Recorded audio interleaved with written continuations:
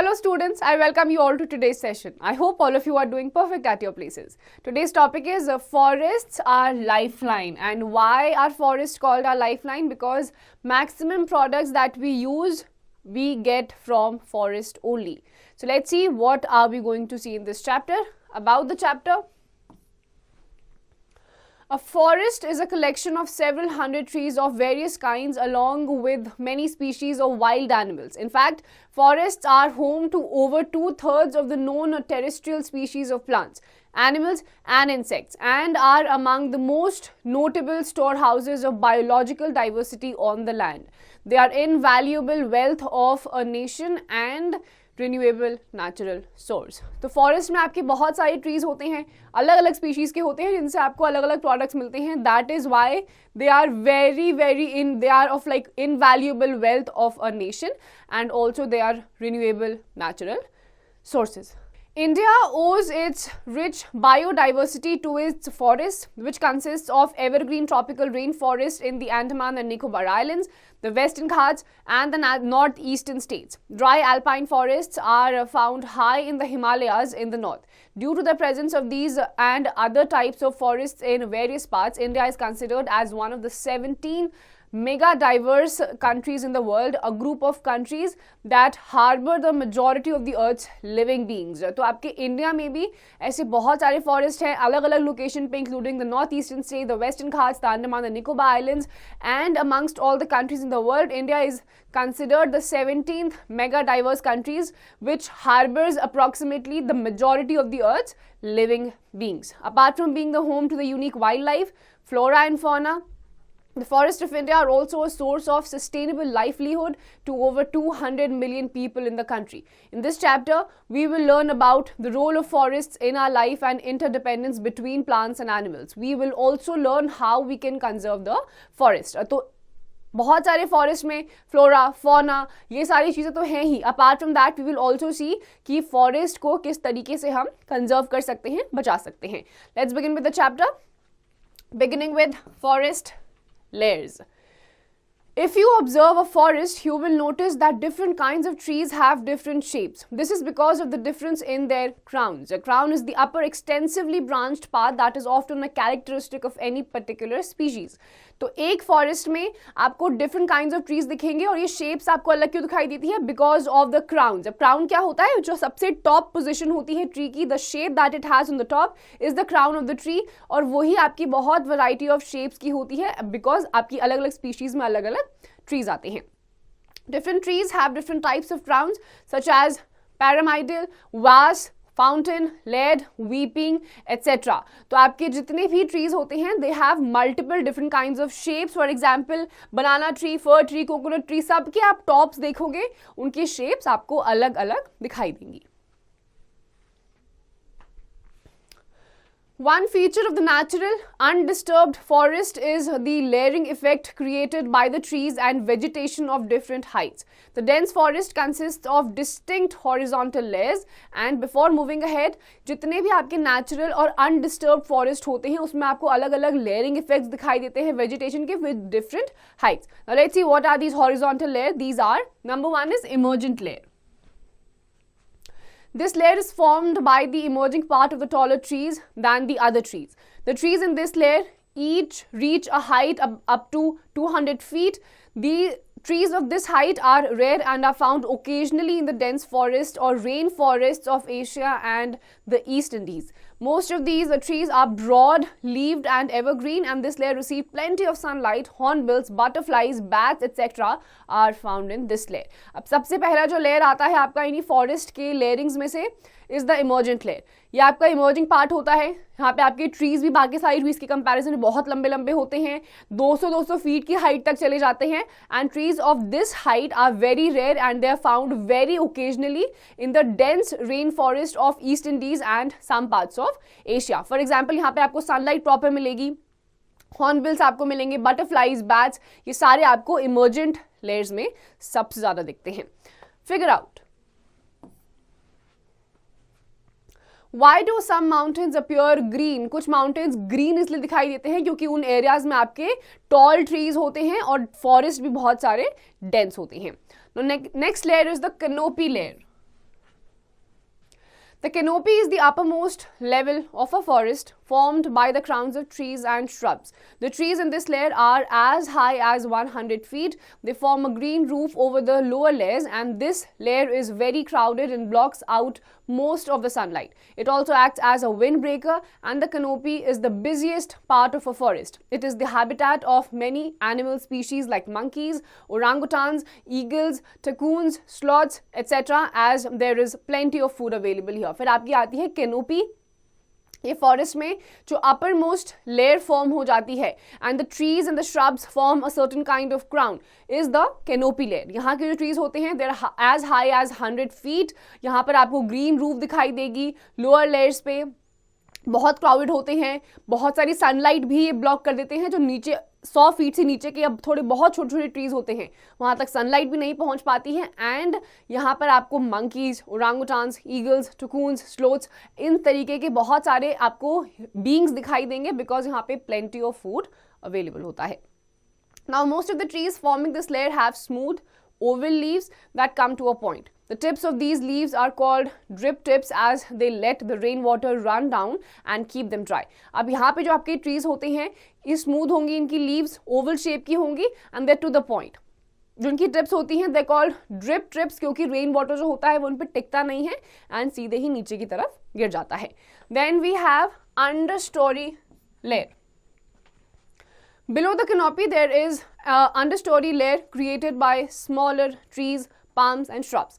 This layer is hot and damp as it receives very little sunshine. This layer has higher humidity than the exposed areas and hence it is the home to animals like owls, lizards, jaguars, red-eyed frogs, leopards, etc. अब आपके आते हैं अंडरलेयर trays. ये आपकी canopy के नीचे के आपके अंडरलाइंग लेयर्स में क्रिएट होते हैं. ट्रीज भी छोटे होते हैं, प्लांट्स होते हैं, श्रब्स जो कि ऑलरेडी आपके स्मॉलर प्लांट्स होते हैं. ये लेयर में आपकी गर्मी बहुत होती है एंड डैम्प प्लेसेस होती है बिकॉज बहुत कम सनलाइट यहाँ तक पहुँच पाती है. यहाँ पर अब आपका हायर ह्यूमिडिटी होता है than the exposed area and the animals that live in this understoried layers are owls, lizards, then jaguars and different kinds of leopards and red-eyed frogs. Next layer is forest floor. The bottom layer of a forest is the forest floor. This layer receives only 2% of sunlight, hence it is a very dark and wet. This is due to the canopy formed by the understory trees that prevents the sunlight from entering the forest floor. Only plants adapted to low light can grow in this region, and mosses and ferns grow on the forest floor where it is warm, damp and shady. Many forms of fungi grow here which help in decaying of dead animals and plants, thus converting them into dark colored organic matter called humus. The forest floor is home to millipedes, beetles and large animals like rhinoceros, tigers, elephants, cobras, etc. फिर आपका आता है the final layer which is the forest floor. ये आपकी layer होती है, यहाँ पे आपकी खाली 2% ही सनलाइट पहुँच पाती है, इसी वजह से बहुत अंधेरा और गीली ये जगह होती है क्योंकि ड्राई अप नहीं हो पाती है, सनलाइट बहुत ज़्यादा कम पहुँचती है. और जो अंडरस्टोरी ट्रीज होती हैं they prevent the sunlight to reach in the forest floor. That is why these places are warm, damp and shady. और यहाँ पर जो आपके बींग्स, एनिमल्स देखे जाते हैं दीज आर द मिलीपीड्स, बहुत छोटे छोटे insects, beetles and then large animals as well like rhinoceros, tigers, elephants and cobra. Now let's see the role of forest in our life. Forests are storehouse of biodiversity and provide support system for mankind. Besides, they play a very important role in maintaining the environmental balance. अब forest जो होते हैं यहाँ पे बहुत सारी biodiversity तो आपको देखने को मिलती है. N number of species of plants, different kinds of animals, insects, birds. Apart from that, biodiversity के साथ साथ एनवायरनमेंट में बैलेंस मेंटेन करने का काम भी ह्यूज अमाउंट तक फॉरेस्ट ही करते हैं. The key functions of forest can be listed as productive, protective, regulatory, accessory. अब नाउ लेट्स सी किस तरीके से ये चारों फंक्शंस फॉरेस्ट फॉलो करते हैं. Number 1 is productive function. Many products are obtained from forests for domestic and industrial purposes. The wood obtained from forests is used for constructing buildings, for making furniture or firewood, and in the paper and pulp industry, etc. Other daily used products obtained from forests are medicines, honey, spices, raisins, nuts, gums, oil, and many others. Plants such as neem, eucalyptus, amla, cassava are used for making several Ayurvedic medicines, and cinchona, a tree, provides quinine, an important medicine for treating malaria. अब आपको सबसे पहला function जो forest play करते हैं, it is the productive function. बहुत सारी domestic industrial purposes के लिए जो सामान लाया जाता है रॉ मटेरियल के फॉर्म में, वो हमें फॉरेस्ट से मिलता है. बिल्डिंग कंस्ट्रक्ट करनी है, फर्नीचर बनाना है, फायरवुड के लिए वुड चाहिए, वो आपको फॉरेस्ट से मिलता है. पेपर इंडस्ट्री में, पल्प इंडस्ट्री में जो आपको चीज़ें चाहिए होती हैं, that you get from the forest. Then other products like medicine, honey, spices, resins, nuts, ये सब आपको फॉरेस्ट से मिलते हैं. And then medicinal plants such as neem, eucalyptus, amla, ये सारी चीज़ें भी आपको प्लांट से मिलती हैं. And apart from that quinine, a kind of medicine जो मलेरिया ट्रीट करने के लिए यूज करी जाती है, वो आपको किनकोना ट्री से मिलती है. And these trees grows in the forest. तो फॉरेस्ट से आपको बहुत सारी चीज़ें मिलती हैं. Then second is protective function. Forest provide food, shelter, water and medicines as well as livelihood for many tribal communities. Apart from this, forests act as windbreakers and shield against strong winds. The speed of wind gets reduced and this helps in reducing blowing away of topsoil. Roots of trees bind soil and check soil erosion. The chain of trees planted properly along roads and highways decreases noise pollution. Forests also provide protection from adverse effects of solar radiation. अब दूसरा function जो forest करते हैं, it is the protective function. किस तरीके से?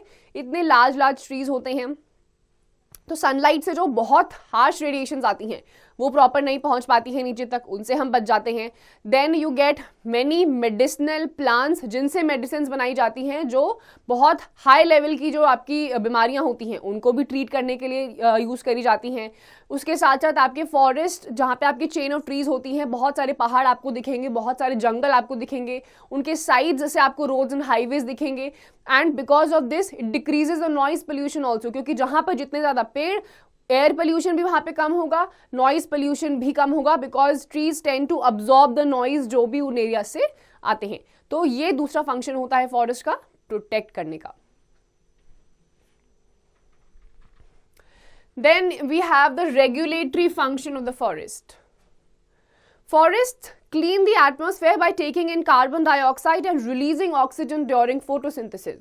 Forests also prevent air pollution and global warming. A properly managed forest reduces and provides protection from flood. Rainwater is absorbed by the humus present in the forest floor. Then it seeps into the subsoil and finally moves underground, thus recharging the groundwater. The hill slopes with forest cover conserve water and gradually release into streams, rivers and lakes, and by the process of transpiration, forests help to increase the humidity of the atmosphere and also the earth's temperature, and where the cycle is regulated by the forests. अब आपका आता है regulatory function. किस तरीके से regulate करते हैं? First of all, they maintain the gaseous level. Forest पूरे एटमॉस्फेयर को क्लीन करते हैं by taking in the carbon dioxide and releasing the oxygen during the process of photosynthesis. इसकी वजह से पोल्यूशन कम होता है, ग्लोबल वार्मिंग भी फॉरेस्ट की वजह से कम होती है. जितना ज़्यादा पेड़ होगा, एयर पोल्यूशन भी कम होगा, नॉइज पोल्यूशन भी कम होगा, ग्लोबल वार्मिंग भी आपकी उतनी ही कम हो जाएगी. एंड अच्छे से मैनेज किया हुआ जो आपका फॉरेस्ट होता है, वहाँ पर आपके फ्लड्स भी कम आते हैं, बिकॉज जितने भी आपके बड़े बड़े ट्री के रूट्स होते हैं वो पानी को एक जगह पे होल्ड कर लेते हैं, जिसकी वजह से फ्लड भी नहीं होगा. जितने ज़्यादा ट्री होंगे, सॉइल भी रोड नहीं करेगा, लैंडस्लाइड्स भी नहीं आएंगे एंड फ्लड भी उतने ही कम रहेंगे. एंड ऑल्सो अर्थ का जो टेम्परेचर अभी तक जितना हद तक भी मेंटेन हुआ है वो फॉरेस्ट की वजह से ही हुआ है. Explore more. Without forests, we would have much less oxygen. 1 hectare of forest provides more than 15 tons of oxygen per year. अब बिना forest के हमारे पास life supporting gas which is the oxygen, वो भी हमारे पास नहीं होगी. Around 1 हेक्टेयर ऑफ फॉरेस्ट जो होता है वो 15 टन ऑक्सीजन हर साल रिलीज करता है. तो बिना पेड़ के जिंदगी पॉसिबल है ही नहीं. And the last function is the accessory function. Forests are the good place for camping, outdoor release and for holiday destinations. Forests are not only enhancing but also exhilarating. Hearing animals and birds' calls and watching their activities in forest can often be an unforgettable experience. Forests are considered as nature laboratories which have contributed to the study and research in various branches of natural science. Hence, forest have great aesthetic value. अब accessory function है, ये आपका aesthetic wise देखा जाता है. Normally भी आप अपने घरों में बैठे होते हो तो सुबह सुबह जब आप सनराइज देखते हो, आपके यहाँ सामने पेड़ होते हैं, पहाड़ होते हैं, चिड़िया सामने से निकलती है, तो आपको वो देखकर भी अच्छा ही लगता है. तो फॉरेस्ट जो होते हैं, if you visit a forest और आप एक डिस्टेंस से बैठ के वहाँ के सारे एनिमल्स को देख रहे हो, एक्टिविटीज उनकी देख रहे हो, मॉनिटर कर रहे हो, ट्रीज आपके आसपास हैं, हरे भरे पेड़ हैं, तो वो एरिया ऑटोमेटिकली सबको अच्छा लग जाता है. It becomes an unforgettable experience and aesthetic wise also forest are really good. लोग घूमने के लिए भी अक्सर फॉरेस्ट या ऐसे जंगल वाले एरिया में ही निकल जाते हैं कभी कभी, क्योंकि ऐसी जगहों पर बहुत ही अच्छा लगता है. Now let's see the interdependence between plants and animals. The plants and animals in a forest depend on each other for their survival in the following ways. अब एक जगह पर जैसे आप हर किसी पे डिपेंडेंट हो, जहां पर आप रहते हो, अकेले आप कोई काम नहीं कर सकते हो, किसी ना किसी पे आपको डिपेंडेंट होना पड़ेगा, छोटी मोटी या बड़ी बड़ी चीज़ों के लिए. वैसे ही एक जंगल में, एक फॉरेस्ट में एनिमल्स, प्लांट्स, छोटे से छोटा इंसेक्ट और बड़े से बड़ा जानवर एक दूसरे पे किसी ना किसी तरीके से डिपेंडेंट है. Number 1 is animals receive their food from plants. The animals who get their food directly from plants are known as primary consumers. Primary consumers are also called herbivores. The animals who receive their food from primary consumers are called carnivores, and carnivores and omnivores are the secondary consumers. अब animals जो होते हैं, they receive their food from plants. जो जानवर, सबसे पहले तो animals get their food directly from the plants and are known as the primary consumers, and these kinds of animals who just consume plant are known as herbivores. अब आपके कुछ animals होते हैं जो दूसरे एनिमल्स को कंज्यूम करते हैं, hence these are known as secondary consumers, and these are the carnivores and the omnivores. Vultures, kites and eagles feed on dead plant and animals. They are called scavengers or tertiary consumers, and decomposers take over where the scavengers leave off. By breaking down the dead and decaying matter, they help plants to get essential nutrients and clear the world from natural waste. This transfer of energy through a series of organisms, each feeding on the preceding organism, is called a food chain. Many such food chains are found in forests that are interlinked to form food web. In fact, energy is passed on along a food chain from one organism to another. अब आपके vultures आते हैं, primary और secondary consumers हो चुका है. अब आते हैं वल्चर्स, काइट्स एंड ईगल्स. ये डेड प्लांट्स और एनिमल्स को कंज्यूम करते हैं. These are known as scavengers और टर्शरी कंज्यूमर्स. अब इनके भी बाद आते हैं डीकम्पोजर्स. डीकम्पोजर्स वहां से आपका खाना खाना शुरू करते हैं जहां पे आपके स्कैवेंजर्स खाना छोड़ देते हैं. जो स्कैवेंजर्स ने छोड़ा वो डीकम्पोजर्स ने खा के डीकम्पोज करना मैटर को शुरू कर दिया. अब डेड डीकेइंग मैटर को वो डीकम्पोज करना शुरू करते हैं, and in this process they help the plants to get essential nutrients, और ज़्यादा वेस्ट प्रोडक्ट भी फॉरेस्ट का वो क्लियर ऑफ कर देते हैं. And this interdependence creates a food chain in a forest, and इस एक फूड चेन की तरह एक फॉरेस्ट में मल्टीपल फूड चेन्स होती हैं जो कलेक्टिवली फूड वेब का फॉर्मेशन कर देती हैं, and in this way the energy gets transferred from one being to another. Plants से गई हर्बीवोर्स में, हर्बीवोर्स से कार्निवोर्स और ओमनिवोर्स में, ओमनिवोर्स से स्कैवेंजर्स में, स्कैवेंजर्स से डीकम्पोजर्स में, एंड देन फाइनली वो प्लांट्स को वापस मिल जाती है. तो this becomes a loop. Figure out. Why do forests affect our food chain? Because maximum food products we get from the plants, and maximum ये तो इतना बड़ा food web और food chain ये जो बनता है, ये forest में बनता है because majority of the biodiversity stays and lives in the forests. Plants provide oxygen to animals.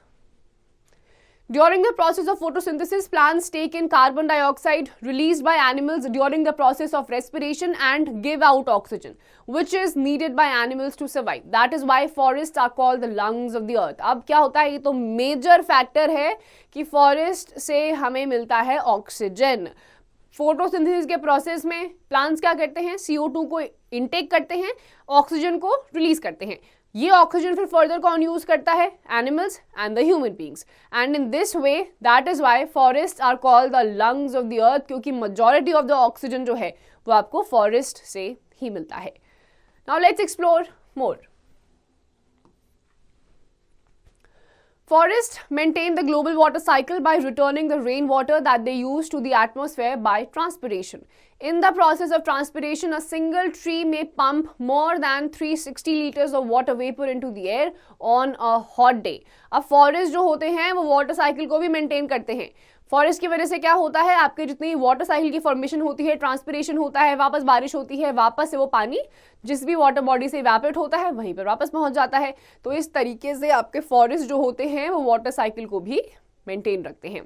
And then animals get shelter from forests. Forests are the habitat of a variety of animals like lion, tiger, leopard, elephant, monkey, bear, jackal, and a number of insects and birds. The forest ensures that the food is available in plenty and provides a shelter and safety to the animals. अब जो animals को रहने के लिए जगह होती है वो फॉरेस्ट से ही मिलती है. तभी हम कभी कभी सुनते हैं फॉरेस्ट अगर कट डाउन हो जाते हैं बाकी एनिमल्स भी फिर टाउन्स और सिटीज में आपके मूव करने लग जाते हैं, क्योंकि उनका हैबिटेट, नेचुरल हैबिटेट या शेल्टर एनिमल्स का फॉरेस्ट ही होता है. For example lion, tiger, leopard, rhinoceros, monkey, different kinds of jackal, bear, number of insects और बर्ड्स आपके फॉरेस्ट में ही रहते हैं, क्योंकि वहां पर उनको पानी भी मिलता है और खाना भी मिलता है. Then plants depend on animals for nutrition. Decomposers decompose dead remains of plants and animals and convert them into simpler molecules. These molecules are rich in plant nutrients. These molecules are mixed with the soil as humus and absorbed by the plants through their roots. अब plants भी, अभी तक तो हमने देखा किस तरीके से animals forest और plants पे dependent हैं. Now plants are also dependent on animals for nutrition. Decomposers dead और decayed matter को consume करते हैं, उन molecules को simpler molecules में convert कर देते हैं, substances को, जो कि plant nutrient होता है.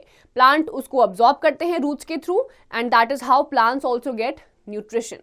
And animals help plant in pollination and seed dispersal.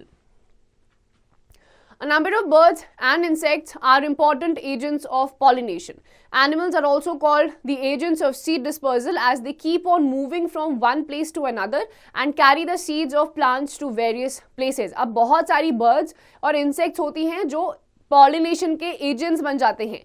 बहुत हल्के हल्के प्लांट्स होते हैं, उनके सीड डिस्पर्स करने में भी हेल्प करते हैं. Butterflies one such insect. Then you have different kinds of animals, उनकी बॉडी से ये सारे सीड्स स्टिक हो जाते हैं, सीड डिस्पर्सल में हेल्प करते हैं.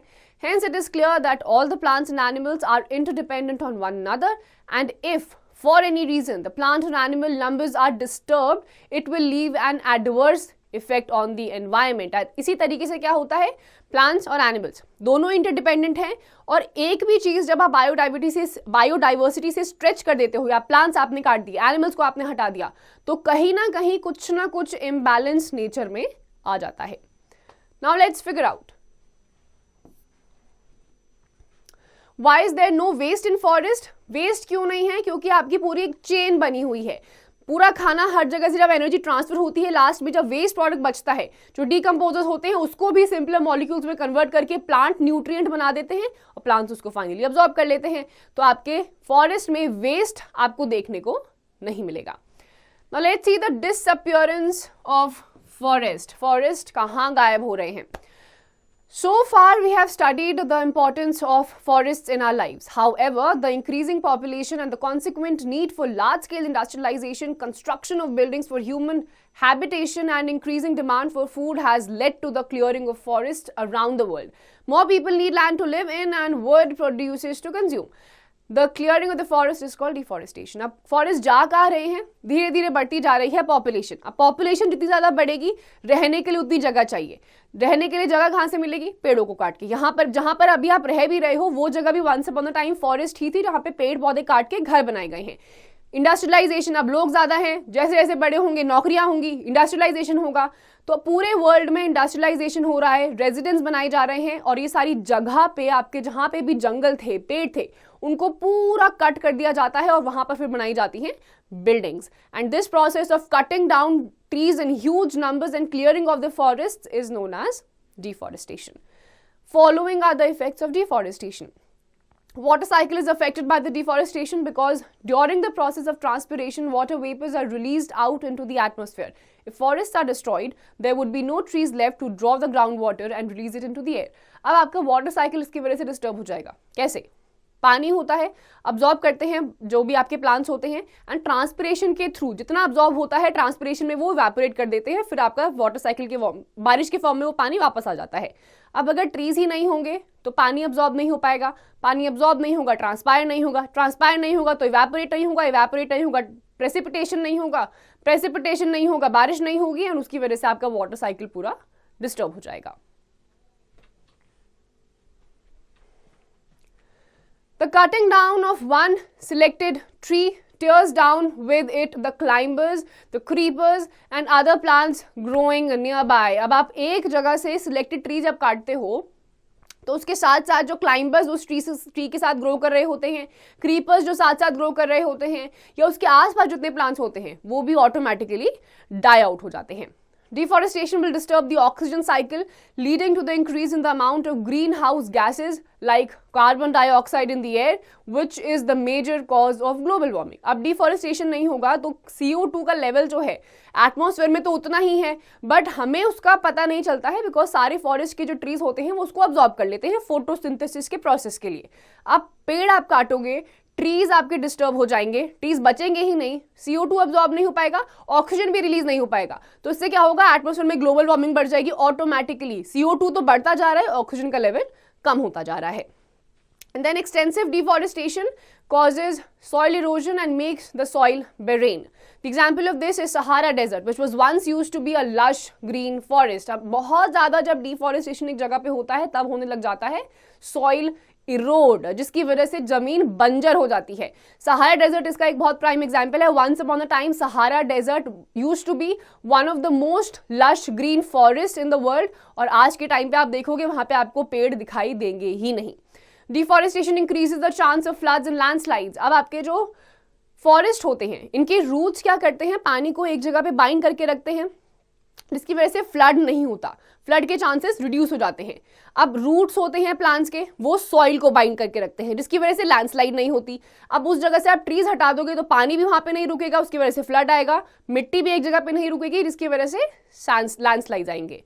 Most of the animals become extinct due to deforestation because they have lost their habitats. अब बहुत सारे animals खत्म हो जाते हैं, स्पीशीज ही उनकी खत्म हो जाती है, क्योंकि जो उनका नेचुरल हैबिटेट था जहां पे वो नेचुरली रहते थे वो फॉरेस्ट ही आपने डिस्ट्रॉय कर दिया है, तो उनके पास रहने की कोई जगह बनती नहीं है और वो अडेप्ट कभी कभी नहीं कर पाते।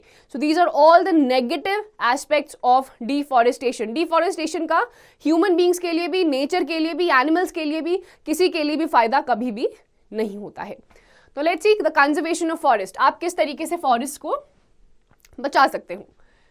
It is important to understand that forests take several decades and even centuries to grow, and once several trees are cut, the forest has little chance of being regenerated. The best alternative is to protect the forest from destruction and to lay more stress on afforestation. To secure the future of our planet, there is now an urgent need to preserve the forests at any cost. अब आपके ये जो पेड़ grow होते हैं, एक पेड़ को भी पूरा फुल्ली ग्रोन ट्री होने में कम से कम 15 से 20 साल लग जाते हैं। अब ऐसे ही मल्टीपल ट्री से बनता है आपका फॉरेस्ट, इतना बड़ा एरिया होता है। अब एक ही बार में अगर आप इन सारे पेड़ों को काट दोगे, पूरे एरिया को आप खत्म कर दोगे, तो उस फॉरेस्ट को वापस रीजनरेट करने में फिर से हजारों लाखों साल लग जाएंगे, वो बहुत ज्यादा टाइम लेगा। तो अभी फिलहाल के लिए सबसे इंपॉर्टेंट चीज ये है कि डिस्ट्रक्शन को रोका जाए और afforestation, planting of more trees, इसको ज्यादा प्रमोट करा जाए। इससे क्या होगा, आपका फॉरेस्ट कंजर्व रहेगा। एंड फिलहाल तो ये हर किसी की नीड है, बिकॉज ग्लोबल वार्मिंग बढ़ रही है, जितने भी बेकार चीजें हो सकती थी अर्थ पे वो सब फिलहाल हो रही हैं। तो अभी के लिए at any cost the only solution is to plant more trees, और जो ऑलरेडी आपके पास फॉरेस्ट बचे हुए हैं गिने चुने, उसको जितना हो सके उतना प्रिजर्व करना है, और पर्सनल यूज के लिए, इंडस्ट्रियल यूज के लिए, रेजिडेंशियल यूजेस के लिए नहीं काटना है। Explore more. For making people aware, a nationwide celebration of an annual tree planting festival called Van Mahotsav is celebrated every year in the first week of July.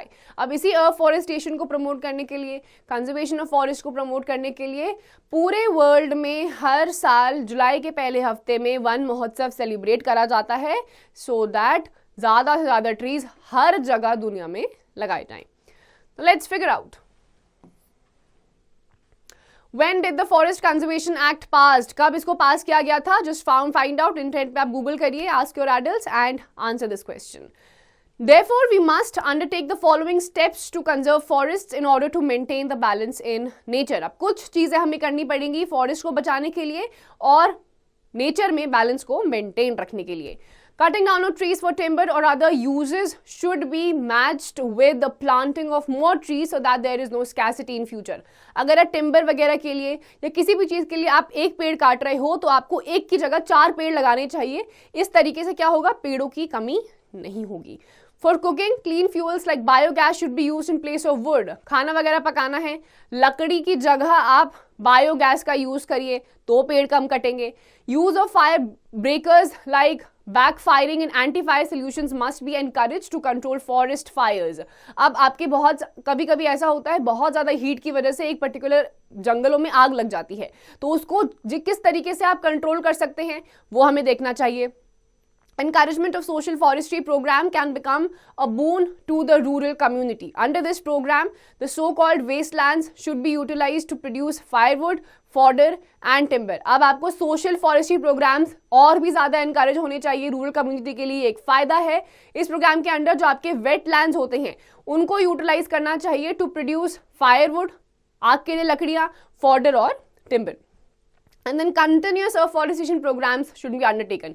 ऊपर की सारी चीज़ें तो करनी ही है, उसके साथ साथ जितना हो सके ज़्यादा से ज़्यादा पेड़ लगाइए. ज़्यादा से ज़्यादा पेड़ कभी किसी को नुकसान देंगे ही नहीं, हमेशा फ़ायदा ही देंगे. Now let's see what is biogas. As a matter of fact, biogas is truly the creation of wealth from waste for farming community. It is a cheap, renewable, eco-friendly fuel. Wastes arising from livestock such as cow dung, vegetable and plant wastes are placed in airtight tanks. They undergo bacterial anaerobic degradation in the absence of oxygen. The gas produced is methane, which is used as a biogas. The residue left behind is rich in nutrients and is used as manure in plants. अब biogas कैसे बनानी है? जो आपका biogas होता है वो सिर्फ आपके वेल्थ और वेस्ट, किस तरीके से आप वेस्ट को फार्मिंग कम्युनिटी को यूज कर सकते हो, it is a prime example of that. इसमें आपका cheap, renewable, eco friendly fuel use होता है. जो वेस्ट आपका लाइफ स्टॉक से बच जाता है, जैसे कि आपका काउ डंक हो गया, वेजिटेबल वेस्ट हो गया, वेजिटेबल पील्स हो गए, वो आपके बैक्टीरियल एनारोबिक डिग्रेडेशन में जाते हैं, यानी कि in the absence of oxygen. इससे जो आपकी गैस प्रोड्यूस होती है it is methane which is used as biogas. और जो बाकी का बचा कुछ रेसिड्यू बच जाता है it is rich in nutrients, जो बाद में प्लांट्स में मैन्योर की तरह यूज करा जाता है. Highlighted words. Crowns, the branchy part of the tree above the stem where the leaves and branches are located. Drip tips, the pointed ends of leaves that curve downwards and let the rainwater run down. Humus, the topmost nutrient-rich layer of the soil. Primary consumers, the animals who get their food directly from plants. Secondary consumers, the animals who receive their food from primary consumers. Tertiary consumers, the animals who feed on dead plants and animals. Food chain, a chain in which energy is transferred from producers to primary, secondary and tertiary consumers. Food web, a network of interconnecting food chains. Deforestation, clearing of forest in large numbers. And afforestation, replenishing forests by planting more trees. तो crown जो top most layer आपका trees form कर देते हैं. Then you have drip tips जो आपके Oval shape के leaves होते हैं, पानी को रुकने नहीं देते, keeping them dry. Then you have primary consumers, secondary consumers and tertiary consumers जो collectively आपके food chain का formation करते हैं, और ऐसे ही food chain आपकी food web का formation करते हैं. Now let's sum up. Forests are home to over 2/3 of the known terrestrial species of plants, animals and insects. Trees are often recognized by the shape of their crown. The dense forest consists of distinct horizontal layers. These are emergent layer, canopy layer, understory layer and the forest floor. Forests perform several key functions such as productive, protective, regulatory and accessory functions. The plants and animals in a forest depend on each other for their survival. Deforestation causes great disturbances and upset the balance of nature. Afforestation, social forestry, plant cultivation and prevention of forest fires are ways to conserve forest. अब आपके forest में बहुत सारे आपके जितने भी terrestrial species हैं, plants हैं, एनिमल्स हैं, इंसेक्ट्स हैं, वो मेजॉरिटी ऑफ देम आपके फॉरेस्ट में ही होते हैं. Then they form certain shapes जिन्हें क्राउन बोलते हैं. Then there are emergent layers, canopy layer, under story layer and the forest layer. And deforestation, the process जहाँ पे पेड़ों को काटा जाता है, इसको नहीं करना है. And we have to promote afforestation, that is planting of more and more trees. So students, with this we come to the end of this chapter. Just go through this chapter thoroughly and do the rest of the questions on your own.